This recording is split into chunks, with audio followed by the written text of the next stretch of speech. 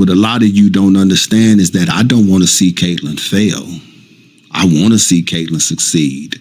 I'm not a Catilin Clark fan, but I still would love to see the young lady succeed. For the first time ever since the conception of the WNBA, there are more people paying attention to women's professional basketball. And a lot of that has to be owed to Catilin Clark. If Catilin Clark succeeds, that is going to be great for the WNBA. But in order for Catilin Clark to succeed, Catilin is going to have to take a long look in the mirror at herself and realize that this is not the place for you to be throwing temper tantrums when things don't go your way. Catilin Clark is used to people allowing her to do what she wants to do.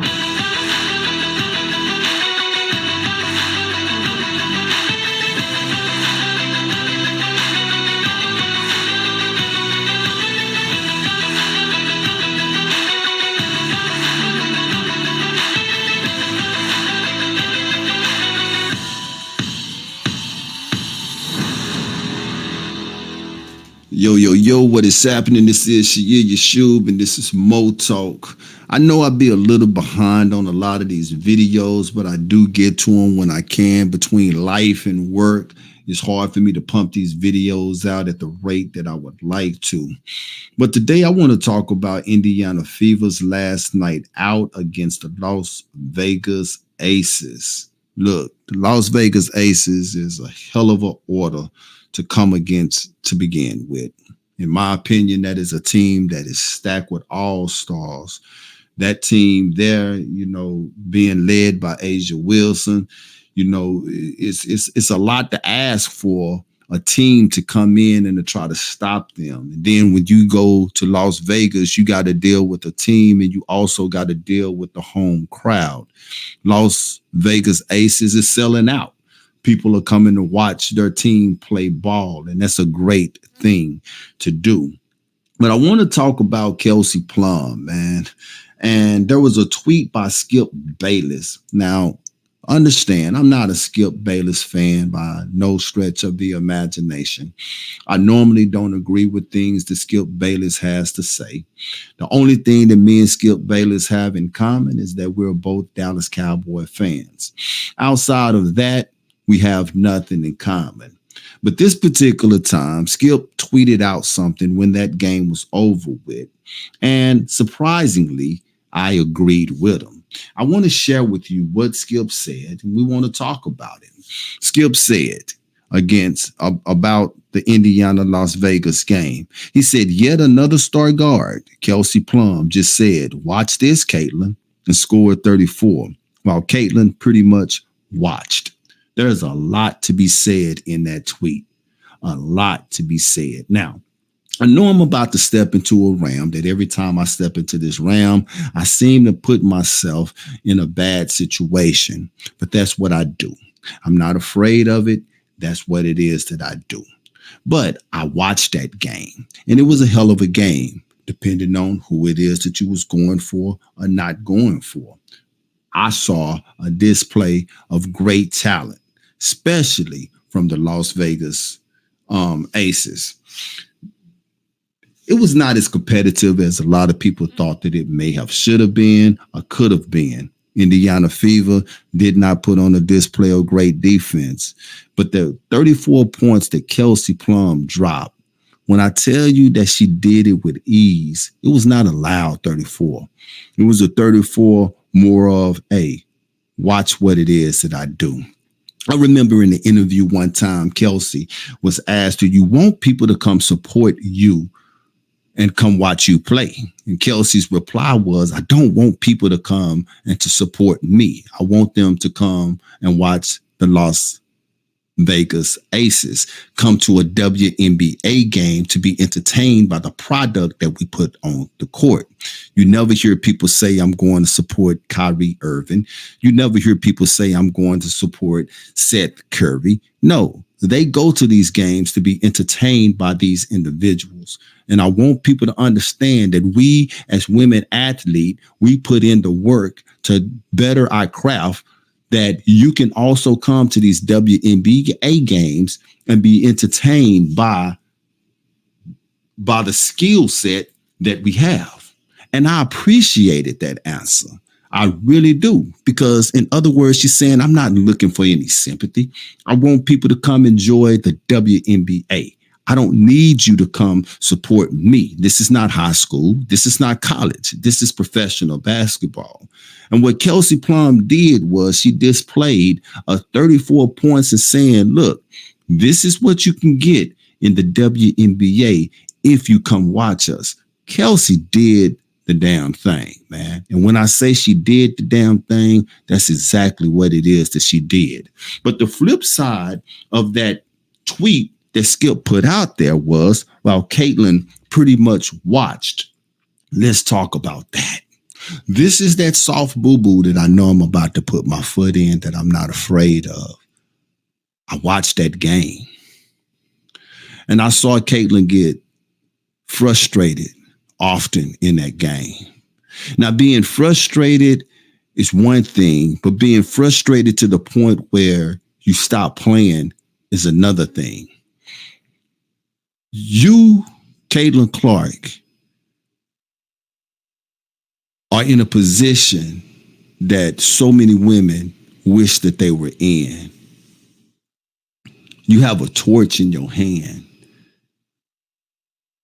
And it's up to you to make sure that the flame that is in that torch continue to burn.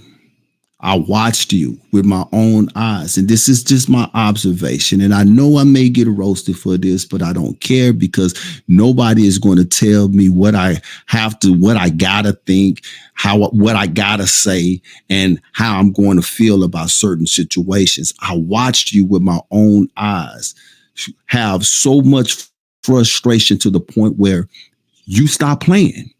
You were watching the game as if you were a spectator on the court, your own self.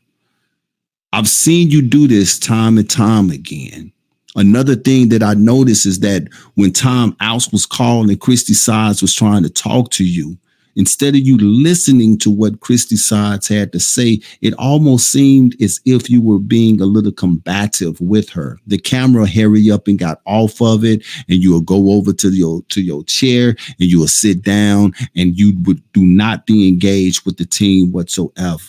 Now, I know a lot of people is going to take what it is that I'm saying as me talking bad about Catilin. They're going to take what it is that I'm saying as me trashing Catilin. They're going to take what it is that I'm saying as me not respecting Catilin, but it's none of that. What a lot of you don't understand is that I don't want to see Catilin fail. I want to see Catilin succeed. I'm not a Catilin Clark fan, but I still would love to see the young lady succeed.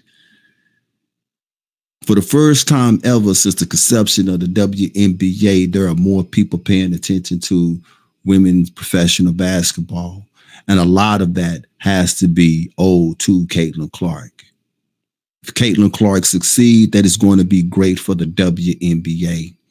But in order for Catilin Clark to succeed, Catilin is going to have to take a long look in the mirror at herself and realize that this is not the place for you to be throwing temper tantrums when things don't go your way.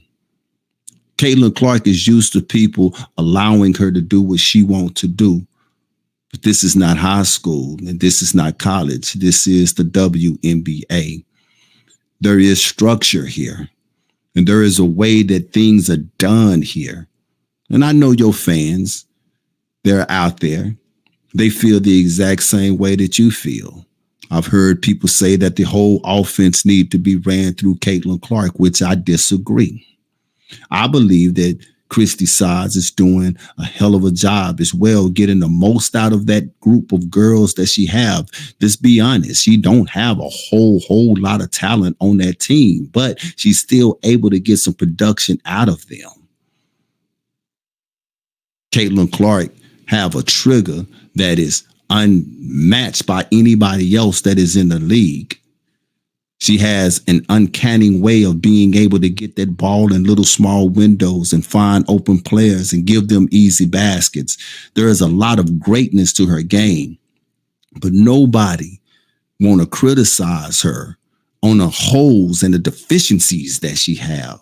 And these are the things that is going to cause her to grow as a better player. Things do not come easy. Greatness does not come easy. If you want a legacy, you're going to have to learn how to listen. You're going to have to learn how to take defeat as well as victories. And regardless what people say, I'm going to say it again. I am not on a bandwagon to see this girl fail. I would love to see her have a lasting, long career in the WNBA. Because what she is doing for the WNBA, along with Angel Reese, is the exact same thing that Larry Bird and Magic Johnson did for the NBA. Because before they came into the NBA, nobody gave a damn about the NBA. It started off with Julius Erving, Dr. J, agreeing to come to the NBA and leaving the ABA.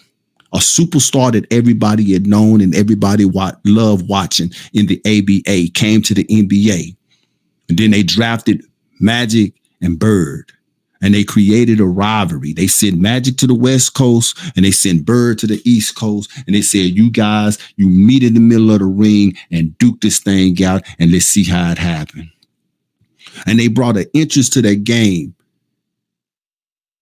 that is not yet to this day, after all of these years, 40-something years, have not yet to die.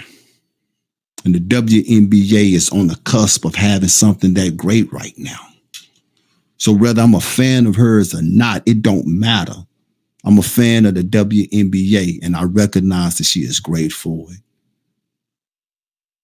But her being uncoachable is what it seemed like to me anyway. I could be all the way off the kilter on this, but it seemed as if she's a little bit uncoachable. She seemed like she's a one that when things don't go her way, that she gets an attitude, and she don't seem like the model teammate. These are deficiencies from a person on the outside looking in that she needs to work on in order to build a legacy in the WNBA. Y'all tell me what y'all think. I know I'm not the only one that's seeing her give up on plays because things didn't happen to go the way that she thought that it was going to go. Man, a lot of them times when Kelsey Plum was dropping them threes, I saw life in Catilin Clark just leave her like, man, yeah, that's what happened. But you know the difference between Kelsey and Catilin is that Kelsey put the work in. Asia said herself that, yo, Kelsey the first one in the gym, and she be the one to turn the lights off because she's the last one to leave. Why? Because she understands in order to be great, you got to work at it. You got to be able to take the bitter along with the sweet. This is not a bash Catilin Clark session. These are things that I observe with my own two eyes. Y'all get at me. Y'all let me know. Am I crazy? Am I talking out the side of my neck?